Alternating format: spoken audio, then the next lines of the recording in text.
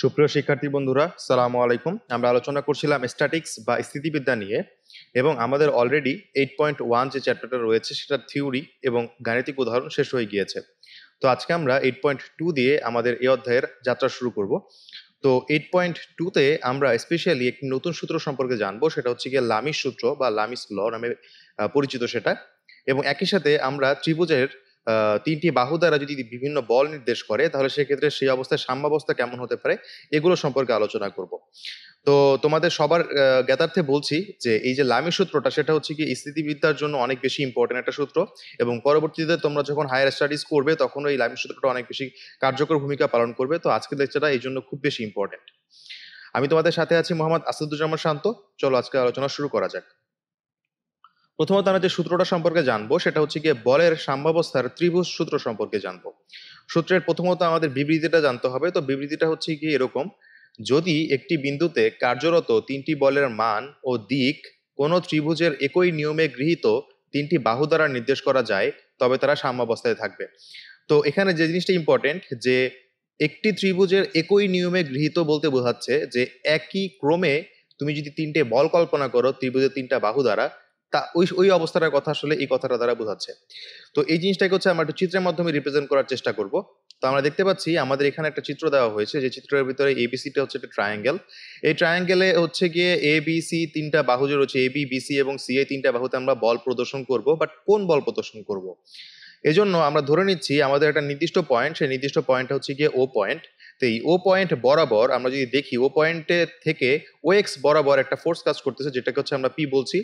ও Y বরাবর একটা force কাজ করছে, যেটাকে আমরা কিউ বলছি। আর ও জেড বরাবর একটা ফোর্স কাজ করছে, যেটাকে আমরা আর বলছি। তো এই জিনিসটা এখানেই বলা হলো যে ও বিন্দুতে তিনটি ফোর্স কার্যরত, এবং যারা পি কিউ আর দিয়ে ডিনোটেড। তো এবার এই পি কে, কিউ কে এবং আর কে একটা ট্রায়াঙ্গেলের মাধ্যমে আমরা রিপ্রেজেন্ট করার চেষ্টা করব, যে ট্রায়াঙ্গেলটা হচ্ছে গিয়ে কি এবিসি ট্রায়াঙ্গেল। এজন্য বলা হলো যে এদেরকে এবিসি ত্রিভুজের বিসি, সিএ এবং এবি বাহু দ্বারা সূচিত করা যায়। তাহলে আমরা একটু খেয়াল করি, আমাদের যে এই পি ভেক্টরটা, সেই পি ভেক্টরটা যেদিকে রয়েছে বা পি বলটা যেদিকে রয়েছে, সেটা কিন্তু হচ্ছে বিসি এর দিক বরাবরই রয়েছে। তো এই জন্য আমরা বলতে পারি এটা হচ্ছে গিয়ে পি ভেক্টর বা পি বল। অনুরূপভাবে আমরা যদি একটু চিন্তা করি, আমাদের যে এই ও ওয়াই যে ভেক্টরটা রয়েছে, ও ওয়াই ভেক্টরটা কিন্তু হচ্ছে এসি বরাবর রয়েছে। যদিও একটু চিত্রটা আসলে একটু ভালোভাবে আঁকলে হয়তো তোমার ব্যাপারটা বুঝতে পারতে। এই ও ওয়াই এবং হচ্ছে এসিটা হচ্ছে একই সমান্তরাল রেখায় অবস্থিত। তো এই জন্য আমরা এই সি এটাকে বলতে পারি হচ্ছে গিয়ে কিউ। এবং আমাদের যে আরেকটা বাহু থাকে সেটা হচ্ছে গিয়ে এই এ বি বা বি এ, এটা দ্বারা আমরা রিপ্রেজেন্ট করবো হচ্ছে ওজেড ভেক্টরকে বা ওজেড বলকে। সেটা হচ্ছে গিয়ে মানের দিক থেকে চিন্তা করলে আর। তো এবার আমাদেরকে যেটা বলতে হবে, যে প্রমাণ করতে হবে এই তিনটি বল এখানে সাম্যাবস্থা সৃষ্টি করবে যদি আমরা হচ্ছে এই ট্রায়াঙ্গেল বরাবর এই এই বলগুলো যদি শিফট করতে পারি। অর্থাৎ এদের লব্ধি শূন্য হবে যখন হচ্ছে গিয়ে আমরা এই ট্রায়াঙ্গেল বরাবর তিনটা বলকে ফিট করতে পারবো। এই জিনিসটা আমাদেরকে এখন প্রমাণ করতে হবে। তো চলো আমরা প্রমাণে চলে যাই। এবার আমরা যে কাজটা করছি এখানে, যে আমাদের যে এবিসি ট্রায়াঙ্গেলটা রয়েছে, সেখানে ভেক্টর যোগের ত্রিভুজ বিধি অনুসারে আমরা যেটা বলতে পারি যে BC vector plus CA vector equal to BA vector. এটা কিন্তু আমরা ভেক্টর যোগের ত্রিভুজ বিধি অনুসারে আমরা পাই এটা। এবার আমরা যে কাজটা করলাম, আমরা এই বিএ ভেক্টরটাকে যদি হচ্ছে গিয়ে আমরা বাম দিকে নিয়ে যাই, তাহলে সেক্ষেত্রে বিএ ভেক্টরটা বাম দিকে চলে আসলে হয়ে যায় হচ্ছে গিয়ে minus BA, right? Minus BA হয়ে যায়। তো মাইনাস বিএ ভেক্টর যে কথা আর প্লাস এবি ভেক্টর কিন্তু একই কথা। তোমরা ভেক্টরের যে বেসিক জ্ঞান সেখান থেকে জানার কথা, যে কোনো একটা ভেক্টরের যে দুটি পয়েন্ট রয়েছে তার আগে যদি মাইনাস চিহ্ন থাকে, তাহলে মাইনাস চিহ্নটাকে প্লাস করার জন্য আমরা দুটো পয়েন্টকে পরস্পর স্থান পরিবর্তন করে দিই। দ্যাটস ওয়াই এখানে মাইনাস বিএটা হয়ে গেল হচ্ছে গিয়ে প্লাস এবি। তো এবার আমরা যেহেতু প্লাস এবি রয়েছে এবং ডান দিকে যেহেতু জিরো রয়েছে, সো আমি বলতে পারি যে এবি, বিসি এবং সি এ তিনটা ভেক্টর বা তিনটা বাহুর যোগফল ভেক্টরের মান হচ্ছে গিয়ে জিরো। তো এখন আমরা যে কাজটা করব, এই এবি, বিসি এবং সি এ ভেক্টর বরাবর যে আমরা বলগুলো নিয়েছি সেই বলগুলোর মান বসিয়ে দিয়েছি পি কিউ আর। তো পরবর্তীতে যেহেতু বলগুলো লব্ধির মান শূন্য, তাহলে আমরা বলতে পারি যে বল ত্রয় সাম্যাবস্থায় আছে। অর্থাৎ তোমার কোনো একটা জায়গায় অনেকগুলো বলকে যদি তুমি যোগ করলে জিরো পাও, তাহলে সেক্ষেত্রে তুমি বলতে পারো ওই সবগুলো বল সাম্যাবস্থায় আছে। তাহলে দেখতে পাচ্ছি যেহেতু বলগুলো সাম্যাবস্থায় আছে, তাহলে সেক্ষেত্রে আমরা বলতে পারি যে আমাদের যে ট্রায়াঙ্গেল বরাবর যেহেতু হচ্ছে কি আমরা এটাকে সেট করেছিলাম, তাই বলগুলো সাম্যাবস্থায় চলে এসেছে। এবার এখানে আরেকটা জিনিস ছিল, আমি এখানে ব্র্যাকেটে একটা কথা লিখেছিলাম অবস্থানে নয়, বাট পড়ার সময় আমি কিন্তু কথাটা বলিনি। এবার এটা বলার বিষয় যে অবস্থানে নয় বলতে কি বোঝাচ্ছে। অবস্থানে নয় বলতে বোঝাচ্ছে, অবস্থানে নয় এর অর্থ বলত্রয় ত্রিভুজের বাহু বরাবর ক্রিয়া করে না। বলত্রয় ত্রিভুজের বাহু বরাবর ক্রিয়া করে না বলতে বোঝাচ্ছি যে একদম যে এই বিসি বরাবরই থাকবে বলটা, ব্যাপারটা তা না, অন্য কোথাও কোনো একটা পয়েন্টে হবে, সেই পয়েন্ট থেকে হচ্ছে আমরা কেটে ত্রিভুজটাকে বানানোর চেষ্টা করব। যদি ত্রিভুজ ক্রিয়েট করতে পারি আমরা এই তিনটা বাহু দ্বারা, তাহলে সেক্ষেত্রে হচ্ছে আমরা বলতে পারবো বলটা তিনটি বল হচ্ছে সাম্যাবস্থায় থাকবে। এই জিনিসটা আসলে এই অবস্থানে 9 দ্বারা বোঝানো হয়েছে। তো এখন আমরা দেখলাম কি যে এইখানে যে কার্যরত অবস্থায় থাকলে তিনটি বাহু দ্বারা নির্দেশ করলে তারা সাম্যাবস্থায় থাকবে, অর্থাৎ আমরা প্রমাণ করলাম যে বলটা সাম্যাবস্থায় থাকবে। এখন আমরা এই যে প্রমাণটা করলাম এটারই রিভার্স প্রমাণটা করব। এটা রিভার্স প্রমাণটা কিরকম হবে? রিভার্স প্রমাণটা হবে হচ্ছে বলের সাম্যাবস্থার ত্রিভুজ সূত্রের বিপরীত সূত্র। আমাদের আগেরটা ছিল ত্রিভুজ সূত্র, আর এখন যেটা আমরা দেখবো সেটা হচ্ছে ত্রিভুজ সূত্রের বিপরীত সূত্র। তো এটা যদি বর্ণনা দেখতে চাই তাহলে সেক্ষেত্রে এখানে বলা হলো যে এক বিন্দুতে কার্যরত তিনটি বল সাম্যাবস্থায় থাকলে এদেরকে কোনো ত্রিভুজের একই ক্রমে গৃহীত তিনটি বাহু দ্বারা মানে এবং দিকে সূচিত করা যায়। আগেরটা ছিল যদি তিনটি বাহু দ্বারা মানে এবং দিকে সূচিত করা যায় তাহলে তারা সাম্যাবস্থায় থাকবে, আর এখন বলছে যদি বল তিনটি সাম্যাবস্থায় থাকে তাহলে ওই ত্রিভুজটাতে যে প্রকাশ করা যায় এটা আমাদেরকে দেখাতে হবে। সো আমরা যদি প্রমাণের দিকে ডিরেক্ট চলে যাই, আমরা এখানে দেখতে পাচ্ছি আমাদের যে মনে করি এখানে যে ও পয়েন্ট রয়েছে সেই ও পয়েন্ট হচ্ছে এই ও পয়েন্ট। ও পয়েন্ট বরাবর ও এক্স হচ্ছে একটা বল পি, ও ওয়াই বরাবর একটা বল কিউ এবং ও জেড বরাবর আরেকটা বল আর। এই বল তিনটা সাম্যাবস্থায় আছে, যেহেতু আমাদের দেয়া আছে বল তিনটি সাম্যাবস্থায় থাকে। তো এবার আমরা এই ও এক্স বরাবর বা ও এক্স এবং ও ওয়াই এর সমান্তরাল করে আমরা হচ্ছে বিসি এবং হচ্ছে গিয়ে সি এর রেখা টানবো। যদি আমরা বিসি এবং সি এর রেখাংশ টানি যেন এই বিসিটা কার সমান হয়, এই বিসিটা এই ও এক্স এর সমান হয় এবং এই এসিটা বা সি এটা ও ওয়াই এর সমান হয়। পরবর্তীতে আমরা এই বি কমা এটা যোগ করলাম, যোগ করার পরে আমরা হচ্ছে কি করব, এখানে একটা সামান্তরিক অঙ্কন করব। তো তোমরা সবাই জানো যে সামান্তরিকের বিপরীত বাহুগুলো পরস্পর সমান এবং সমান্তরাল এবং কোনো কোণই কিন্তু সমকোণ নয়। তাহলে আমরা যেহেতু বলি যে বিপরীত বাহুগুলো পরস্পর সমান, তাহলে এই এসিটার সমান কত হবে? এসিটার সমান হবে হচ্ছে গিয়ে এই বিডি এবং এই বিসির সমান হবে হচ্ছে গিয়ে এডি। সো এই জিনিসটা আমরা এখানে লিখবো, যেহেতু আমরা জানি যে বিডি এবং হচ্ছে সি এটা সমান্তরাল এবং বিডিটা এবং সি এটা হচ্ছে গিয়ে সমান, তাহলে আমরা বলতে পারি যে এই বিডি এর মান যেহেতু সি এটা হচ্ছে আমরা কিউ এর সমান করে রেখেছিলাম, তাহলে সেক্ষেত্রে এটা যদি কিউ হয় তাহলে আমরা বিডি এর মানটাও বলতে পারবো হচ্ছে কিউ। এই জিনিসটা হচ্ছে এখানে লেখা হয়েছে। তো পরবর্তীতে আমরা যদি এখানে চিন্তা করি যে আমাদের যে তিনটি ফোর্স ছিল অর্থাৎ ত্রিভুজ সূত্র ছিল, অর্থাৎ এবিসি ট্রায়াঙ্গেলে যদি হচ্ছে আমরা ত্রিভুজ সূত্র অ্যাপ্লাই করি তাহলে সেক্ষেত্রে আমরা যেটা দেখতে পাচ্ছিলাম যে পি প্লাস কিউকে যদি আমরা যোগ করি, তাহলে পি প্লাস কিউকে আমরা যোগ করলাম, যোগ করলে আমরা বলতে পারি বিসি প্লাস সি এ, যেহেতু বিসি এর মান হচ্ছে পি এবং সি এর মান হচ্ছে কিউ। এবার আমরা এই সি এটার পরিবর্তে এই সি এটার পরিবর্তে আমরা কিন্তু হচ্ছে বলতে পারি বিডি, কারণ আমরা দেখেছি যেহেতু এখানে লিখেছি বিডি ইকুয়াল টু সি এ, তাই সি এর পরিবর্তে হয়ে গেল বিডি।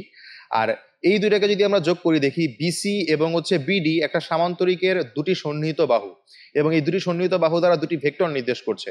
তো আমরা ত্রিভুজের আমরা হচ্ছে ভেক্টর যোগের সামান্তরিক সূত্র অনুসারে বলতে পারি যে সামান্তরিকের দুটি সন্নিহিত বাহু বরাবর দুটি ভেক্টর কল্পনা করা হলে এদের যে কর্ণটা সেই কর্ণটা তাদের লব্ধি নির্দেশ করে। তাহলে আমরা দুইটা যোগফলের বদলে আমরা কর্ণ বিএ লিখতে পারি, যেটা হচ্ছে এখানে লেখা হয়েছে বিএ দ্বারা।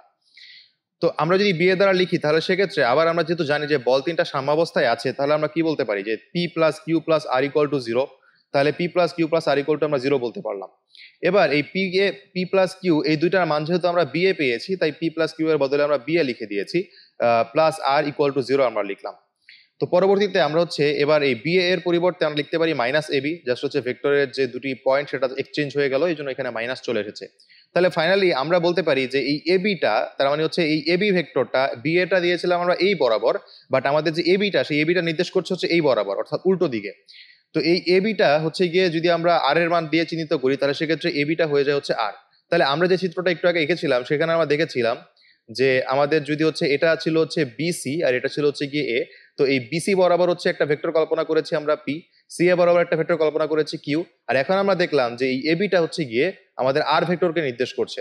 তাহলে আমরা যেহেতু দেখলাম যে এই একটা ট্রায়াঙ্গেলের তিনটি বাহু দ্বারা তিনটি বল একই ক্রমে এবং একই দিকে সূচিত করা হচ্ছে, তাহলে আমরা কিন্তু বলতে পারি আমাদের যে প্রমাণ সেটা আমাদের হয়ে গেল।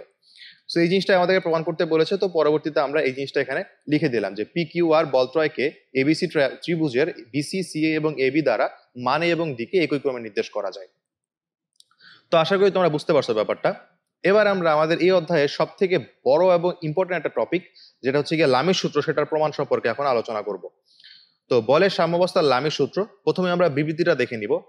এখানে বিবৃতিতে বলছে যে কোনো বিন্দুতে ভিন্ন ভিন্ন রেখায় ক্রিয়ারত তিনটি সমতলীয় বল সাম্যাবস্থায় থাকলে এদের প্রতিটির মান অপর দুটির অন্তর্ভুক্ত কোণের সাইনের সমানুপাতিক। আমি আবারও পড়ছি, কোনো বিন্দুতে ভিন্ন ভিন্ন রেখায় ক্রিয়ারত তিনটি সমতলীয় বল সাম্যাবস্থায় থাকলে এদের প্রতিটির মান অপর দুটির অন্তর্ভুক্ত কোণের সাইনের সমানুপাতিক। এই জিনিসটাকে হচ্ছে আমরা যদি এখানে একটু চিত্রের মাধ্যমে দেখাতে চাই তাহলে সেক্ষেত্রে দেখতে পাচ্ছি এখানে একটা নির্দিষ্ট পয়েন্ট আমরা দিয়ে দিই। এই নির্দিষ্ট পয়েন্ট হচ্ছে গিয়ে ও পয়েন্ট। তো এই ও পয়েন্টে আমরা তিনটি ফোর্স পাচ্ছি, একটা ও এক্স বরাবর, একটা ও ওয়াই বরাবর এবং ও জেড বরাবর। ও এক্স বরাবর পাচ্ছি পি ভেক্টর, ও ওয়াই বরাবর পাচ্ছি কিউ ভেক্টর এবং ও জেড বরাবর ফোর্সটা পাচ্ছি হচ্ছে গিয়ে আর ভেক্টরের সমান।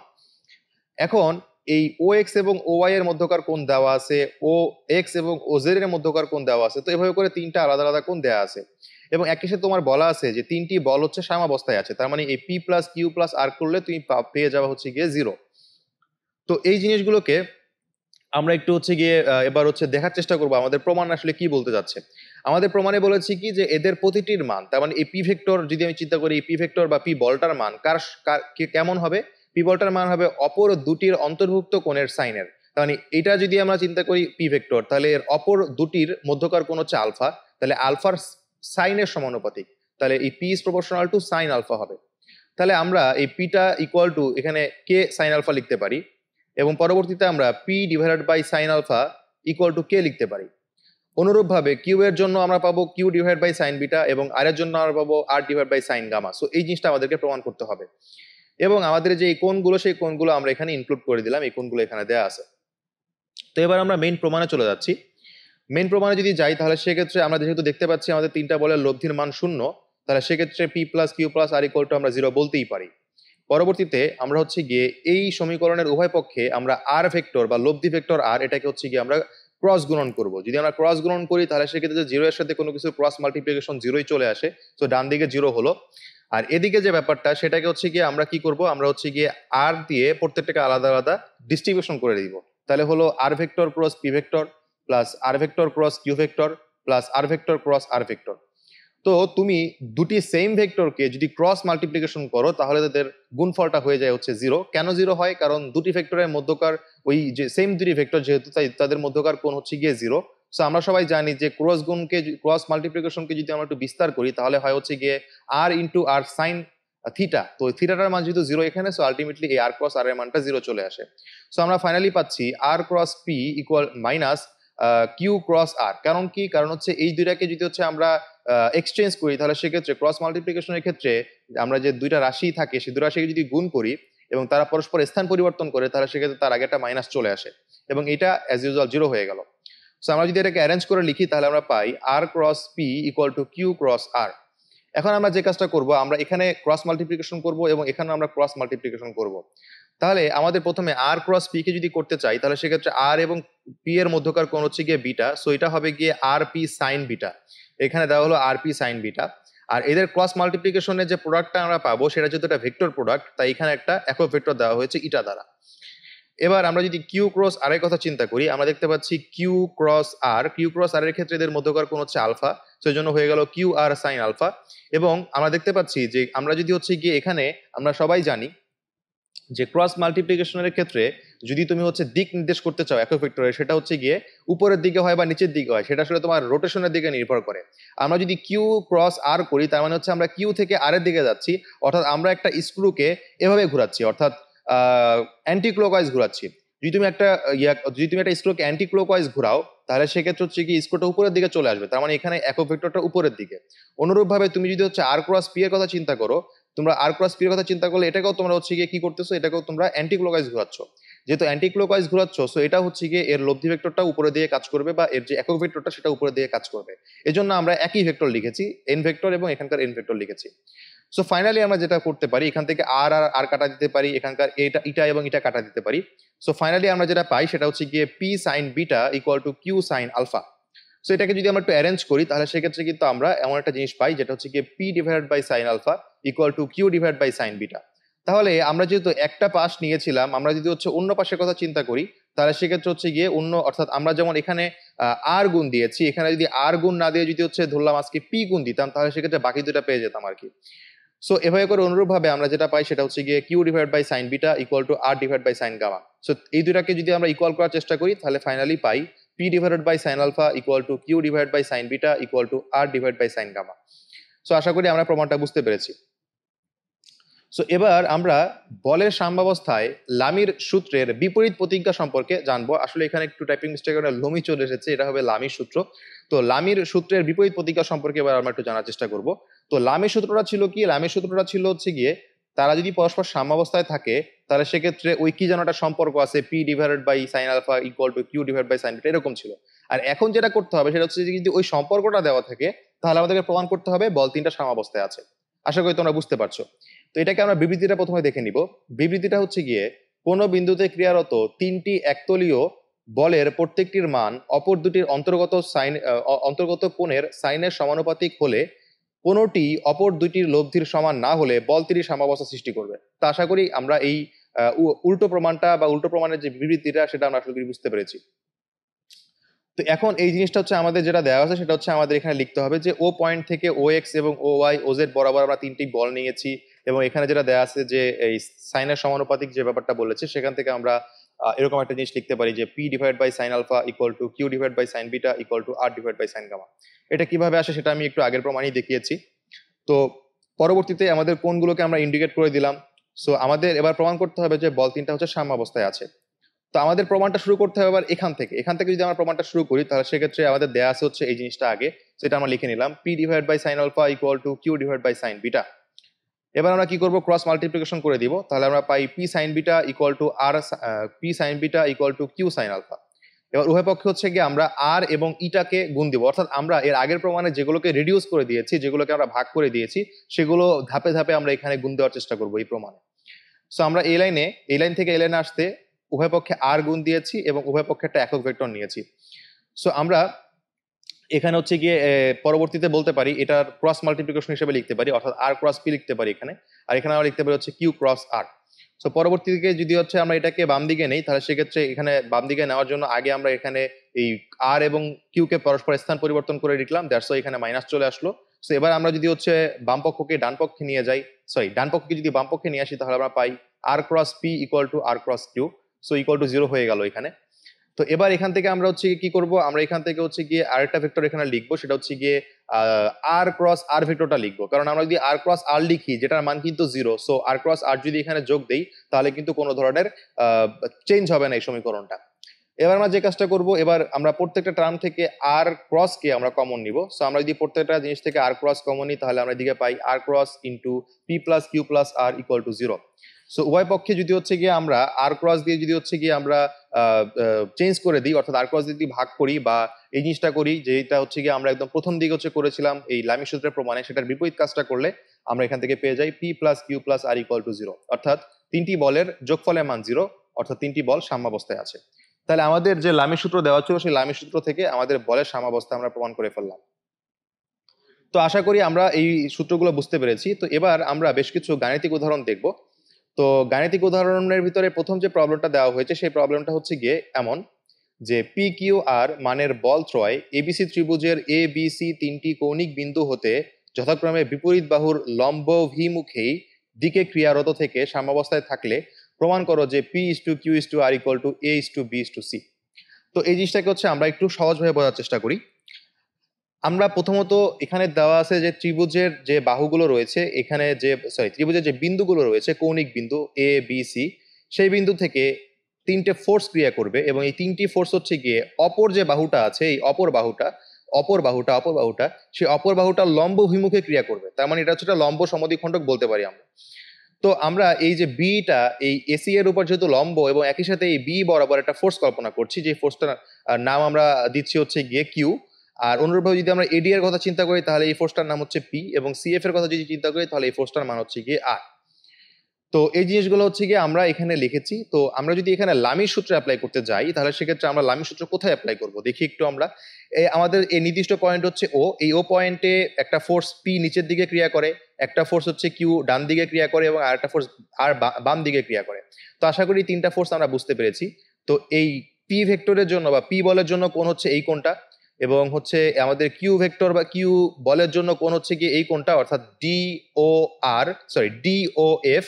এবং যদি হচ্ছে আমরা এই আর ভেক্টরের জন্য কল্পনা করি তাহলে সেক্ষেত্রে কোনটা হচ্ছে গিয়ে ডি ও ই। আশা করি আমরা চিত্রটা বুঝতে পেরেছি। তো এখানে যদি আমরা লামির সূত্র অ্যাপ্লাই করি তাহলে সেক্ষেত্রে প্রথমত আমরা পি ভেক্টরকে নিচ্ছি। সো আমরা যদি পি ভেক্টরকে নেই, অর্থাৎ এই ভেক্টরকে নেই বা এই বলটাকে নেই, তাহলে হবে তার বিপরীত কোণ, অর্থাৎ সাইন এফ ও ই বা ইওএফ, এই জন্য হলো সাইন ইওএফ। অনুরূপভাবে কিউ, যদি আমরা কিউটা নেই তাহলে কিউটা নিলে তার বিপরীত কোণ, অর্থাৎ এই কোণটা ডিওএফ বা এফওডি, তাহলে এখানে লেখা হয়েছে ডিওএফ, তাহলে সাইন ডিওএফ হলো। অনুরূপভাবে আমরা এটা পেতে পারি লামির সূত্র ইউজ করে। এখন আমরা যে কাজটা করব, আমরা যদি একটা এই জিনিসগুলো আমি একটু মুছে দিচ্ছি, আমরা যদি এখানে এ ই ও এফ, এ ই ও এফ, আমি বিন্দুগুলো চিহ্নিত করে দিচ্ছি, এ ই ও এফ, এই চারটা মিলিয়ে একটা চতুর্ভুজ ফর্ম করছে। তো এই চতুর্ভুজে আমরা সবাই জানি যে চতুর্ভুজের চার কোণের সমষ্টি 360 ডিগ্রি এর সমান। তাহলে এখানে চারটা কোণের ভিতরে প্রথম কোণটা হচ্ছে ইওএফ, অর্থাৎ ইওএফ, এই কোণটার আমরা লিখলাম। তো পরবর্তীতে হচ্ছে কি, আচ্ছা এখানে একটা যোগ চিহ্ন হবে। তো এরপরে হচ্ছে গিয়ে কোণ এ ই ও, সো এ ই ও, এবং একই সাথে কোণ এ এফ ও এবং একই সাথে কোণ হচ্ছে গিয়ে এ, এই চারটা কোণকে যোগ করলে আমরা 360 ডিগ্রি পাবো। এখন আমরা বলতে পারি যেহেতু এই রেখাটা এবং এই রেখাটা যথাক্রমে এই বাহু এবং এই বাহুর উপর লম্ব, সো আমরা এই কোণটাকে 90 ডিগ্রি ধরতে পারি, এই কোণটাকে 90 ডিগ্রি ধরতে পারি। সো পরের লাইনে আমরা এই কাজটা করলাম, এই দুটোকে 90 ডিগ্রি লিখে ফেললাম। তাহলে আমাদের এখানে ইওএফ কোণটার মান জানা দরকার, এই জন্য আমরা ইওএফ কে এক পাশে রাখবো আর বাকিগুলোকে অন্য পাশে নিয়ে যাব। সো আমরা যদি এখানে যোগ বিয়োগ করি তাহলে আমরা ফাইনালি ইওএফ এর মান পাই 180 ডিগ্রি মাইনাস এ। সো এখন আমরা হচ্ছে গিয়ে প্রথম যে আমাদের কোণগুলো রয়েছে এই ডিওএফ এবং ডিওই, এগুলো আমরা বের করব। যেহেতু আমরা দেখতে পাচ্ছি যখন আমরা ইওএফ নিচ্ছি লাইক দিস, যখন আমরা ইওএফ নিচ্ছি তখন 180 ডিগ্রি থেকে তার বিপরীত কোণটা বিয়োগ গিয়েছে, অর্থাৎ এ কোণটা বিয়োগ গিয়েছে। সো আমি যদি এবার ডিওএফ এর কথা চিন্তা করি, ডিওএফ এর কথা চিন্তা করলে 180 ডিগ্রি থেকে বি কোণ বাদ যাবে, এই জন্য এখানে ডিওএফ থেকে 180 ডিগ্রি থেকে বি কোণটা বাদ গেল। অনুরূপভাবে এটা আমরা করেছি। তো আশা করি এই ছোট জিনিসগুলো তোমরা বুঝতে পেরেছো। এবার আমরা যে কাজটা করব, আমাদের এই কোণগুলোর মান 180 degree minus A, 180 degree minus B, 180 degree minus C, এগুলো হচ্ছে আমরা এই 1 নম্বর সমীকরণ ইনপুট দিব। সো আমরা যদি 1 নম্বর সমীকরণে ইনপুট দিই তাহলে আমরা পেয়ে যাচ্ছি এখান থেকে P divided by sine 180 degree minus A equal to Q divided by sine 180 degree minus B equal to R divided by sine 180 degree minus C. তো এখানে ত্রিকোণমিতি এই ধরনের রোটেশন সম্পর্কে তোমাদেরকে অনেকবার বলা হয়েছে ত্রিকোণমিতিতে, আমি এটা আর বলছি না। সো ফাইনালি আমরা এখান থেকে এই পুরোটার বদলে সাইন এ, এই পুরোটার বদলে সাইন বি এবং এই পুরোটার বদলে সাইন সি লিখতে পারি। তো পরস্পরকে যদি হচ্ছে গিয়ে আমরা অনুপাত আকারে লিখতে চাই তাহলে সেক্ষেত্রে আমরা বলতে পারি P is to Q is to R equal to sine A is to sine B is to sine C. এটাকে আমরা 2 নম্বর ইকুয়েশন দিলাম।